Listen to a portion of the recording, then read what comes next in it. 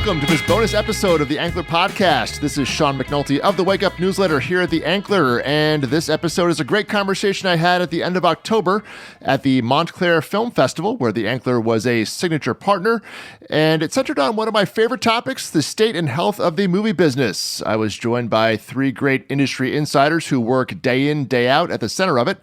That'd be Neon's Dan O'Meara, William Morris Endeavor partner Maggie Pisacane, and Scott Schumann, the head of film for AMC Networks and IFC Films. We dug into a lot of sectors here at the end of 2024, from how to reach audiences in the age of social media and shrinking marketing budgets, to the box office realities and opportunities that still exist out there in the world, to changes in deal making and movie distribution itself. While we touched on a lot of optimistic things that they're seeing out there, we also had a lot of real talk about the marketplace realities, especially in the indie film sector, and also about the pretty harsh adjustments that the documentary space is also facing on the brink of the 2025 film festival season. Sundance is only 2 months away, folks. So here's my conversation with Dan, Maggie, and Scott, recorded at the Montclair Film Festival in my home state of New Jersey. So we are here to talk about the movie business, my favorite topic in Hollywood, because it's the only place honest that's left in Hollywood. Every weekend, America votes and tells you what they think of what you're making in Hollywood, the only place where they get real feedback. Every Sunday, which I report in my Sunday night edition of The Wake Up, streaming numbers, minutes streamed, number one movie on Apple on a Tuesday. These are all very ephemeral things out there. There's nothing like cold, hard cash to tell you what is working with audiences, what is not, what changes. It is not a static thing as much as everybody treats it as such. COVID certainly put a big demarcation point in theatrical, which we will talk about today, the before times and the current times. So things have changed a lot. We're going to dive into that as well. But the box office, there's a lot of headlines out there, which I also want to speak truth to. Some real talk. Some things are not great, but there's a lot of positive things happening in the box office, regardless of people telling you people don't go to the movies anymore, or younger demos, the kids don't go anymore. Every weekend I see the data to the contrary for all that stuff, so we'll dive into that as well. The box office this year, for what it's worth, through the end of September, was down 12% from 2023.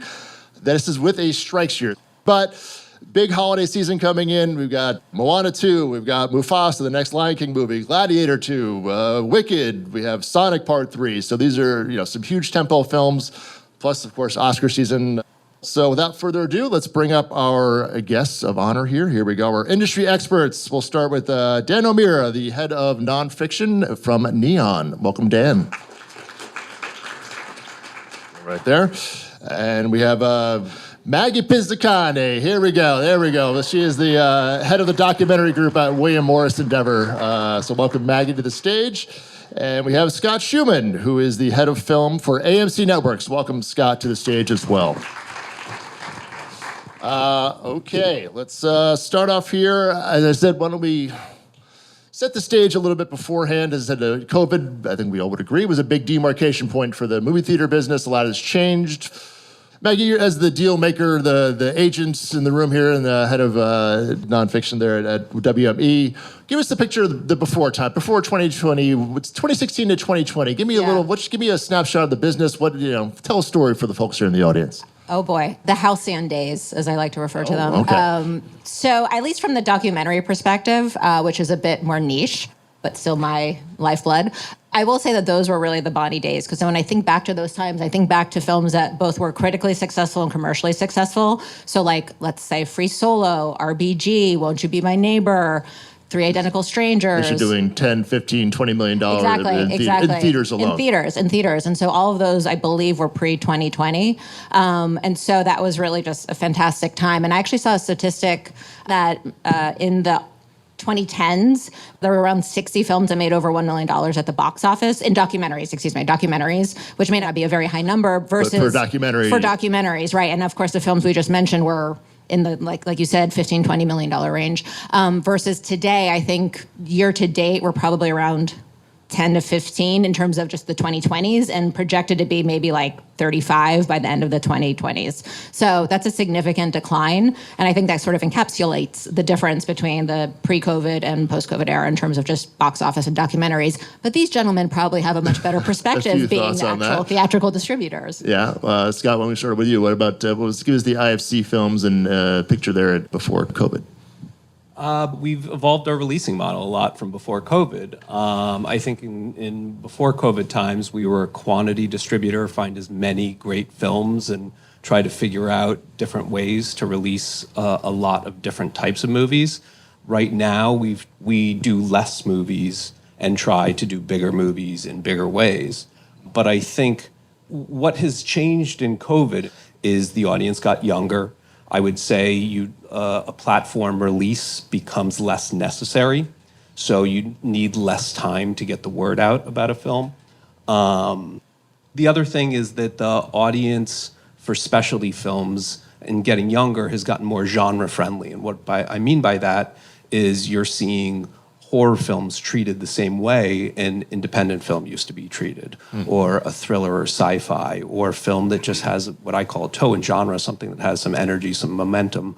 In the indie space is given priority over something that might be a more kind of older skewing costume drama, which used to be, abundant in the art houses. Yeah, and that kind of movie is now a streaming movie, or is it made, I guess, or it's a limited series or something like that. I don't think during COVID, people suddenly just stopped liking movies. Right. I think the behaviors changed and different audiences got introduced to different ways of consumption. And I think that's really what's affected documentary is the kind of muscle memory of consumption and what people are used to and what they expect. And I think that has evolved post-COVID. I think there's been some self-inflicted industry wounds post-COVID that we're going to see next year when I think it's both the studios and the indies really with full slates, the first aggressively full slates that they've had in a few years. I'm very optimistic. I think next year is going to be a tremendous year for film going. Yeah. For Neon, obviously, Parasite was, right before COVID. That was a huge, massive hit for Neon, certainly. So, and you've been with the company since it basically started there. So, what give us the thoughts of Neon. Well, yeah, 2019 was a great year for us. We had Parasite, we had Portrait of a Lady on Fire, and then on the nonfiction side, we had Apollo 11, The Biggest Little Farm, Honeyland, and that was, I think, a great year for specialty box office overall. I mean, documentaries were consistently hitting $2, $3, $4 million box office. And the year prior, we had Three Identical Strangers. And so, we sort of built the company on nonfiction and foreign language film. And then the last thing we did as a company together before COVID was the Academy Awards, where we won Best Picture. And then a month later, all the theaters were shut down. And so we adapted with drive-throughs and putting a lot of our films on VOD and finding different ways to exhibit films and make them special and elevate them. In terms of viewing habits, the most reliable sort of demographic for specialty films tended to be over 50, and that audience became more reticent during COVID and after COVID to go sit in a room full of strangers in the dark, and then also just got more comfortable watching the kinds of films that we're all releasing at home. Right. And so that has been a challenge, getting that audience to come back to the theater. And what we found is that younger audiences are coming to the theater for genre stuff, like Scott was saying. And so, our next base hit after Parasite was Longlegs. Longlegs this summer, yeah. Massive hit. We're finding some success with horror films, with genre movies. Right. Yeah. But yeah. And I think Dan said something very important in that they adapted. And I think the indies are much better at adapting. They know the numbers better. They know their audiences better in certain ways. And you look at Neon had their best opening weekend in their history this year. A24 had their best opening weekend in their history this year. We had our best opening weekend in our history this year. And there's a couple other indie distributors that also had tremendous opening Magnolia weekends had a big movie this summer. Magnolia with a film called Thelma had a terrific opening, a company called Vertical. So the sky is not falling. It's the indies I think, are much better at adapting and understanding the nuance, and we can move faster than a studio can.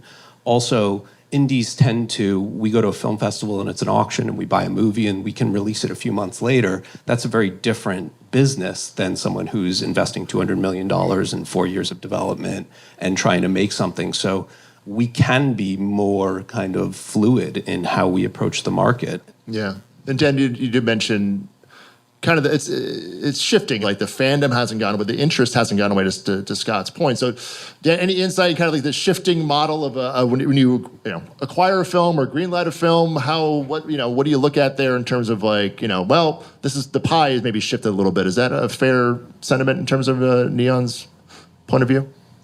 Yeah, I mean, on the nonfiction side, it has never, I don't want to say it has never, but it's been a long time since you could count on transactional VOD revenue for nonfiction, because people, when they see something that they're interested in, they see a trailer, they say, "Oh, I want to watch that," and then they click through and they get to $3.99 and say, "I'm not going to do that. I'll wait till it's on streaming." So it's hard. You can't count on that money being there unless you are doing well theatrically and you've done enough marketing of the film and the film has built enough awareness where there's some urgency around seeing it. People say, "I didn't get to see that at theater, but I want to see it right away." Oscar nominated or something, perhaps. Yeah, although I'll tell you the disconnect between films that are Oscar nominated or winning even, and what people are consuming in terms of nonfiction at home is greater than it's ever been before. And there's most people who consider themselves documentary fans probably don't know the 5 films that were nominated last year or the year before. So that's a challenge. Right. That's a whole other conversation. It is a whole other conversation. So a streaming deal, like a licensing deal, may actually be a bigger part of. We're going to sell this to for nonfiction, certainly. For something like Longlegs or Immaculate or any of our genre stuff, that continues to be robust. Genre stuff with cast, people will check that stuff out and pay for it at home. But documentaries have become sort of like songs. Nobody wants to pay for them. They just want them to be made available to them on some infinite streaming service menu. Yeah, I think also one of the drivers of the less theatrical releases is in part a self-inflicted wound because, again, filmmakers sort of all of a sudden in the late 2010s were like, wow, we can actually make real money. And there were some big sales coming out of Sundance. And so it's great. And that's one of the reasons why I think agents that haven't historically been in the documentary space entered the documentary space as interlopers because you could actually make money. Although I like to talk about career sustainability, which is a little bit different. Listen, spin it, agent. Let's go. Come on. Yes. But I think these filmmakers understandably were like, oh, wow, there's money to be made. And budgets started to maybe get a little bit bigger, a little bit more inflated, and especially if they're independently financed, if there's an opportunity to be made whole with a premium by selling to let's say a Netflix that doesn't like to do theatrical versus taking a risk with an independent theatrical company and maybe making less upfront and taking more of a long-term risk, obviously, the decision may be easy for some of these filmmakers, and that obviously I think has played into some of, definitely not all, or maybe not even a majority, but I think has played into some of the shift towards less theatrical and more streaming certainly for documentaries. And also marketing dollars. I mean, you talked about marketing. It just, it's a risk reward analysis, and those marketing dollars are fewer and farther between. Not there anymore. Yeah. Scott? Well, I think what COVID did was it kind of devalued the theatrical experience. For a variety of reasons. I think it's where the content and what content was available where. Suddenly, when someone shares 5 Netflix passwords, they perceive it as free. Like when they go and consume that content. Now that they have to pay for it and now that the streaming services have all raised their money and it's expensive to make a movie, it's expensive to go to a movie, we need to build up the patina and the value of what we used to have, and that was what the theatrical experience is. We can look at exhibitors for that. I think some exhibitors do it really well. I think some don't. I think when you look at, how a lot of people consume movies and they drive to their movie theater is now a multiplex next to a closed mall. That just is not the experience that I think a lot of people grew up with and doesn't feel like if I'm going to get a babysitter and pay, $10 for soda water, like with some food coloring in it. Like, is that value proposition worth it? And I think what we're trying to do is find the movies, the experiences that are trying to bring value back to that window, that theatrical experience. Yeah. And you do mention genre. Well note, so I also track every week the Netflix does tell you data, unlike other popular theory out there. Every Tuesday they release the top 10 most streamed things in the world. They tell you top 10 by country. Horror doesn't work on streaming. It's not that it's unpopular. People don't like it. They just want to, so I think there's a caveat there of like, it's actually unpopular, It's more popular Right. and more mainstream than ever before. It's just, There's just so many of them, and they're available in so many places. Right. With such convenience. right. And they want to have, they can watch that at home maybe by themselves and be just as happy with that, or maybe that's their. Well, I would caveat in that horror doesn't work on Netflix.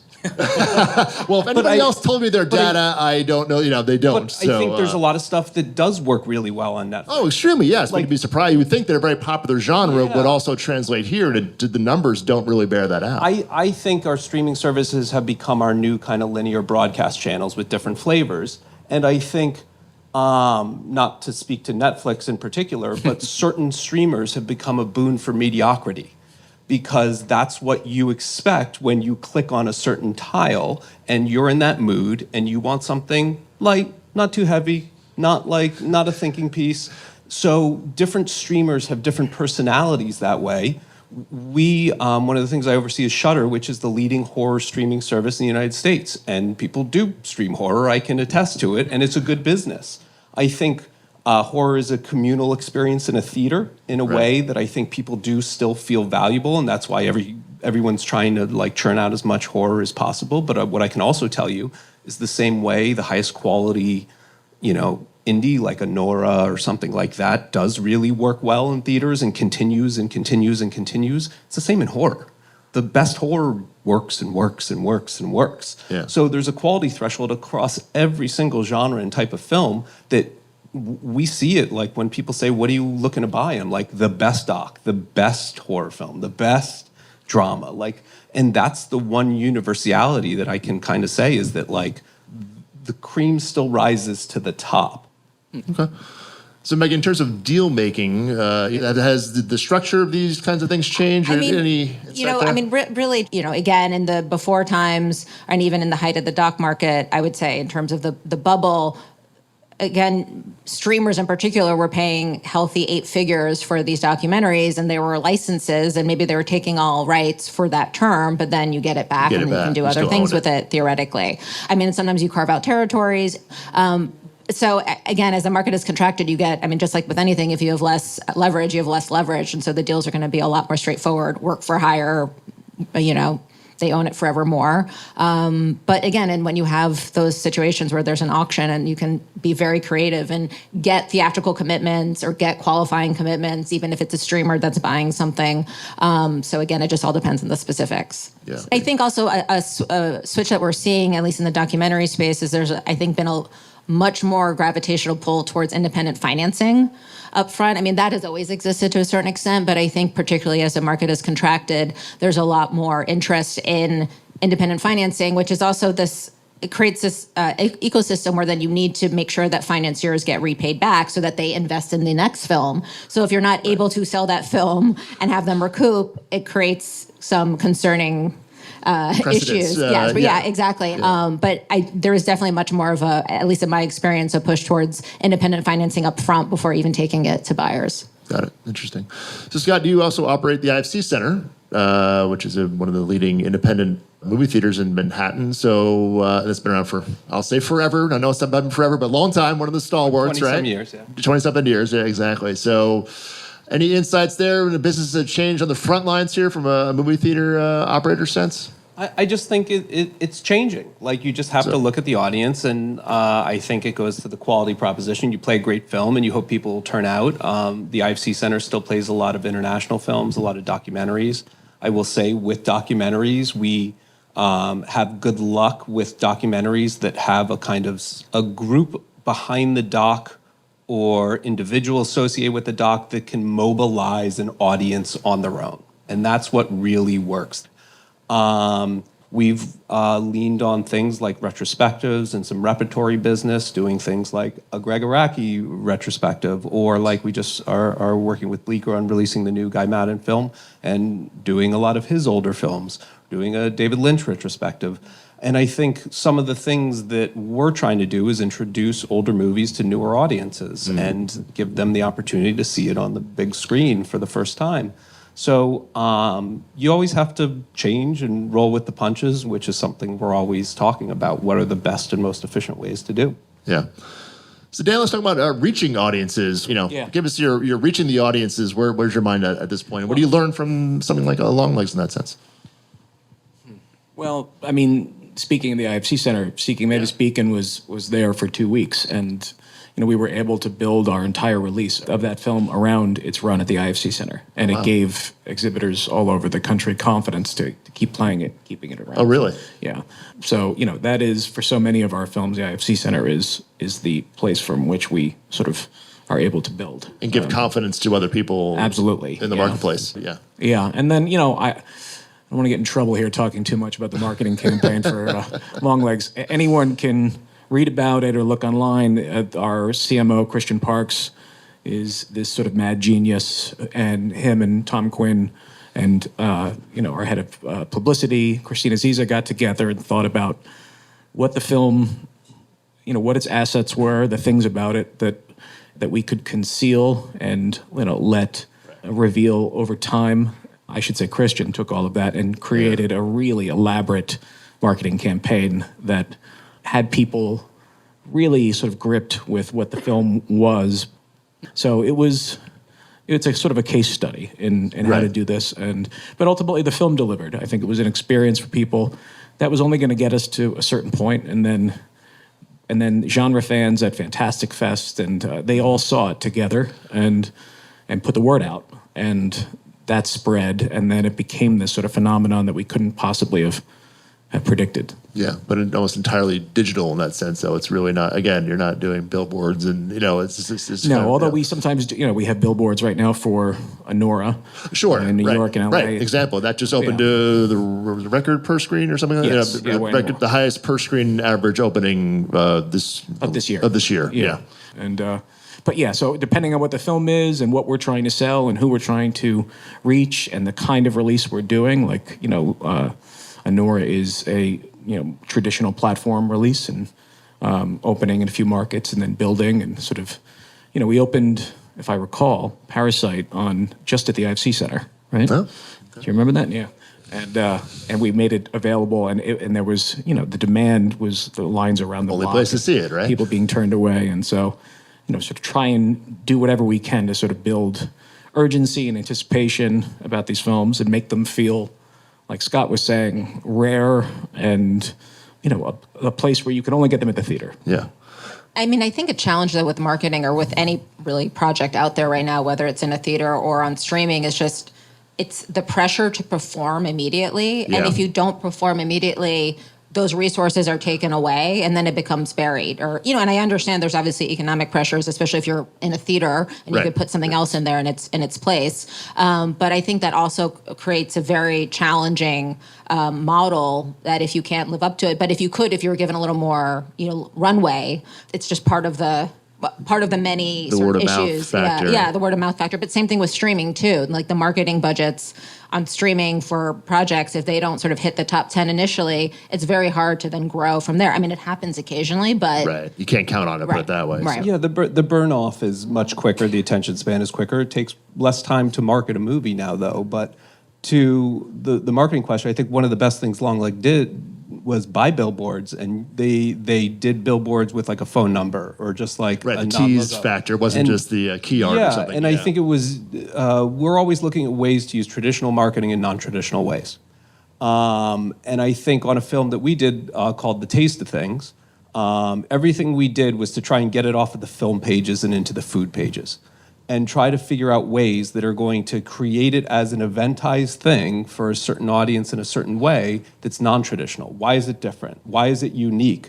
Because to that earlier point of, are people going to the movies every week? Maybe some, but not as many. Yeah. You got to be a first choice and be that movie they want to see once every 2 months. What is the event for different people? And you just got to know who an audience is for something because of the way anything in the world is marketing now. It's usually by checking affinity boxes on social media. So you have to kind of have an understanding, okay, this is who I think who it's for, how it's for them, and how we're going to approach them with materials that are going to get them to just not scroll over it. Yeah. And Maggie, this kind of notion, I guess there's two kind of ways to get a film word of mouth out there. One, you either marketing spend, and PR, free PR. But that seems maybe not to be as much of a lever anymore. But give us kind of what your thoughts are there. In my experience, I have a recent experience in two projects. One is a multi-part series, a limited doc series on a streamer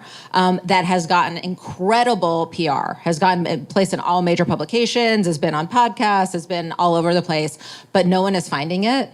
Really? Yeah, and I think it has a large part to do with the fact that there is zero marketing. And also the audience, it really appeals to parents and to teenagers and social media, and see if you can figure that out based on those three. Hint. It's a limited Okay. series. Anyways, and it's incredible. It's been at festivals. It's an incredible series, but no one is finding it, right? And I think it really has to do with marketing and not finding the audience where they are, digitally and otherwise. And similarly, I'm working on another film, Carville. James That's in Carville theaters. documentary, That's in yeah. theaters right now, and that team is also, to your point about filmmakers being sort of scrappy and subjects bringing an audience, and they're doing a ton of publicity and marketing, and I think it's being very helpful in how it's doing. It's obviously a very limited release. Right, but also James Carville election season, you're leaning into that, obviously. Yes. And so, but I think that it's incredibly important, but I think marketing, even more than publicity, is what's really important to help the audience find it. Because, if an audience is appealing to zillennials, are they reading the New York Times piece on it? I don't know. Probably not. I wouldn't count on it, put it that way. Yeah. It's great to have, it's great, but it's not going to necessarily drive the eyeballs, depending again on who you're going to. I mean, I think actually something that, especially from the doc space, that I would love us to be doing more of, but it's a very hard sell, is actually building marketing budgets into the equity raise of films, because I think it would create less risk for theatrical buyers if we could say, hey, there's an extra, pick your number, 250,000 or whatever number it is, that equity financiers wouldn't have to actually spend until it gets set up, but then distributors know that that's there to help support a film. I would like to believe that would be very helpful in having those conversations, although these gentlemen can speak to that. Well, I still think the single best marketing campaign for the life of a film or piece of content is a theatrical release. It just gives it a certain vibe, energy, patina, like just seeing it like flicker 24 frames a second in front of you, like it does something to the way it stays in the brain. And I think you see that across everything, that the films that have staying power have had that marketing campaign for them. And you can market stuff on a streamer and it can become zeitgeisty. And I don't want to be seen as villainizing the streamers. I think what they do is amazing for getting content out there. What I haven't seen them figure out how to do as well as a theatrical release is get it to stay there. I'm reading a fascinating book right now. It's called Filter World. It talks about the algorithm, and it talks about how it's flattening culture. And I think when you compartmentalize culture to 10 slots, everything becomes pop culture. It makes it harder to find something, and it makes it harder for something fringe or unique or left of center to rise up. But that's what a theatrical release does. That's what the art houses do. That's what 16 screens hopefully get us. So I think marketing is important, because if it's all just boiled down to a tile that you just see an image and click on, that's really tough for something to have staying power from that. Some do, but it's just much harder. Yeah. And conversely, but word of mouth, with social media can go a lot faster now too, where before, but probably more of a slower build out, where now, the visibility of something, if Anora does this, if that many people went to go see it, on the opening weekend, and even if it's just the 5 theaters or whatever it was, like, okay, when it goes to 20 or 30 the next weekend, like, all right, those people who went, that it's amplified everywhere versus before it would have just been Buzz of New York or something like Well, that. it's you also know? a different concept. Like, I think Right. there's value in scarcity too, where There's no- Anora yeah. is terrific and everyone should go see it and see it as soon as possible. And everyone's talking about it right now, but by it only being in a few screens and not being ubiquitously can't just- available, yeah. like it's gonna keep that like Anticipation. that spin going. Yeah, keeping the plates in the air. I mean, listen, and filmmakers want to be in theaters. There's obviously still that patina. There's the awards potential. Any filmmaker that has awards dreams needs to be in a theater. And that's probably when they were in film school and growing up dreaming of being a filmmaker. It wasn't about having a tile on a streaming platform. It was about sitting in a dark theater with One an of these audience. days, I will have a you know? tile on Netflix. Yeah, yes. exactly. That one can dream. So I think it really speaks to that. And there's also, I think, an interesting discussion about how, at least in the doc community, I think also the doc community penalizes streamers, even when they do take risks on titles. So there's a little bit of a self-inflicted wound. In general, especially last year, I believe, maybe not Nat Geo, but all the streamers were shut out. And they did take some risks on titles that they felt were, but I think that speaks more to issues going on within the doc community. And so it's like you want the Netflixes or the Amazons or the Hulus of the world to get nominees because that patina is helpful internally to then buy more docs Right. and pay more for them and help that ecosystem. And if they get shut out, then they are probably not going to take those risks anymore on those titles and will do more, the 20th Menendez doc or, Right. whatever true crime of the week is. Yeah. Yeah, I think that there's some truth to that the same way that filmmakers want to have their films in theaters and have that experience of seeing their film on the marquee and seeing how audiences react to it Right. outside of film festivals. But it's also true that I do believe the executives at these streaming services like to go to the Academy Awards. And I would agree to that as far as my experience of understanding the situation. yeah, and even though Academy Award nominations and wins do not translate necessarily into more eyeballs or some big return, and the amount of money that they have to spend to get nominations, Right. more than cancels out any growth that you're going to see. And It's not a business reason you're doing this they- stuff. They, Yeah. they go because there's a ego gratification thing going on there. There's also an ability to distinguish yourself from other streamers and saying, we take awards seriously, and that's attractive to talent.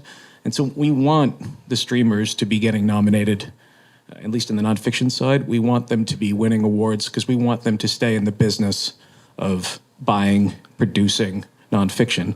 And if giving them a nomination every year it makes that happen, then I'm all for giving them nominations. Right. Yeah. And so, yeah, like Maggie was saying, it helps when A Summer of Soul gets nominated and wins because it gratifies all the people at Disney that it's worth us being in the nonfiction game. Right. All right. Well, let's look ahead here. I think Scott, you mentioned 2025, but John, but by the way, I think you're 100% right. I think the narrative on the movie business is going to be a year from now, even 6 months from now. I think it's going to be drastically different. I mean, if only because Q1 this year and Q1 last year is going to be a very, very different story.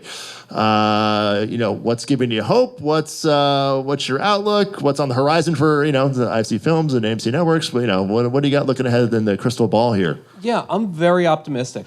I think next year we're going to see a different mix of studio and indie quality. I think we're seeing filmmakers evolve. I think the change we're seeing is kind of similar to what we saw in the 70s when certain kind of corporate entities came and gobbled up certain film production companies, and it affected the way films were made and the type of stories that were told. I think we're seeing different stories get told moving forward as genre becomes more specialty, as things evolve in the type of stories that people want to see. I think when you look at what the stories were 2 years ago that were being told, that were in the Academy Award race at the end of the year, they're very different stories than I think we're seeing now. We're having our second best year in the history of our company theatrically. And I think that will continue for the independents, I hope. I think people, look at the business and are worried. I think there's certain pressures in our industry that every industry is feeling right now. Stuff is really expensive. and it's hard to get people to notice. And like, it is no different than any industry. It's just got to change a little bit. And I think we just have to stay ahead of it. And what's going to keep us succeeding is quality. So I believe as long as we can still curate well, that's how we're going to differentiate ourselves. And I think it's the people who differentiate themselves with something, whatever it is, are going to be the ones that succeed. And then there's going to be 4-quadrant Marvel movies that make a lot of money that are also hopefully great movies. And the business needs those. Those are just as important as other stuff. It's an ecosystem. Right. So the ecosystem hopefully gets very healthy over the next year. I believe in the independent sector. I think the studio sector has some obvious problems ahead. But I'm really looking forward to finding some good stuff and making you all come to watch it.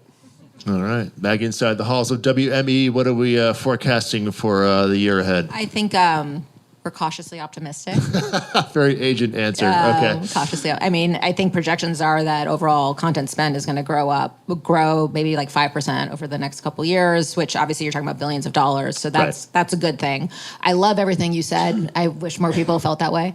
There's that saying, survive to 25. So Very famous industry saying, Yep. said at the Ankler a few times this year. Yep, Yes. exactly. So I think that is how people are feeling. I'm optimistic that, I think there'll be some continued consolidation within the industry That's for and sure. reorganization.